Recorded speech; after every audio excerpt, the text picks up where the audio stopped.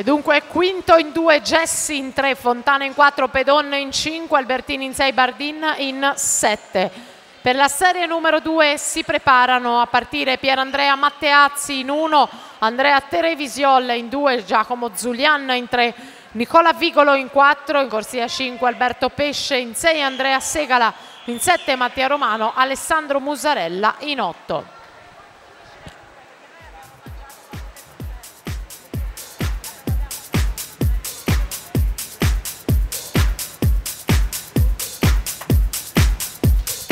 (34-22), intanto il passaggio per Leonardo Fontana.